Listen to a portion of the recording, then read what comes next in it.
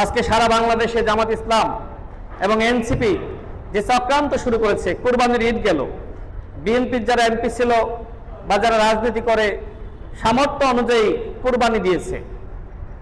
BNP সরকারের মন্ত্রী Shahiduddin Chowdhury any ভাই, তিনি 6টি গরু কুরবানি দিয়েছেন। এ নিয়ে দেখলাম সাংবাদিক সম্মেলন হয়ে গেল যে এই 6টি গরু কেনার টাকা আসলে বিএনপির এই মন্ত্রী কোথায় পেল।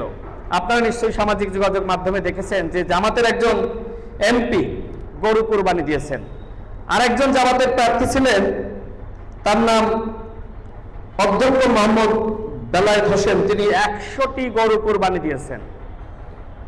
জামাত ইসলামের এই যে এমপিরা এবং এমপি প্রার্থীরা, তারা এত গরু কুরবানি দিল, এই টাকা নিয়ে কেউ প্রশ্ন তুলছে না। তাহলে আমার প্রশ্ন হলো, জামাত এনসিপির নেতারা তারা কি তাহলে জান্নাতের টাকায় এত গরু ছাগল কুরবানি দিয়েছে?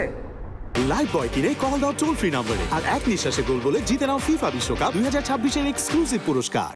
বিএনপির নেতৃবৃন্দ কুরবানি দিলে সেটা নিয়ে তারা প্রশ্ন তুলছে, মানুষের মনে সন্দেহ তৈরি করছে। কুরবানি নিয়েও জামাত ইসলাম এনসিপি রাজনীতি করছে, ধিক্কার জানাই। ষড়যন্ত্র কিভাবে করছে? ভুয়া ফটোকার্ড বানাচ্ছে, আমি রাশেদ খান কি বলেছি না বলেছি এই বক্তব্য নয়, একটি ভুয়া ফটোকার্ড, সেই ফটোকার্ড আবার বুস্টিং করা হচ্ছে, অথচ ওই বক্তব্যই আমি দিই নাই।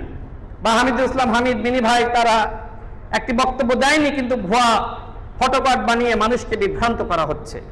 এইভাবে আজকে মানুষকে বিভ্রান্ত করার জন্য জামাত ইসলাম এনসিপি চক্রান্ত করছে, ষড়যন্ত্র করছে। এই ব্যাপারে বিএনপির নেতৃবৃন্দকে সতর্ক থাকতে হবে, সোচ্চার থাকতে হবে। যারা কুরবানি নিয়ে রাজনীতি করতে পারে, যারা কুরবানি নিয়ে মানুষকে বিভ্রান্ত করতে পারে, এরা কতটা নৈতিকতা সম্পন্ন সেটি নিয়ে আমাদের ভাবতে হবে।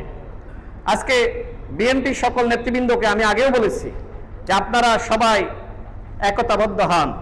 সামনে স্থানীয় নির্বাচন আছে, এই স্থানীয় নির্বাচনকে কেন্দ্র করে আপনাদের সবাইকে আমি একতাবদ্ধ হওয়ার আহ্বান করছি। আগেও বলেছি, এখনো করছি।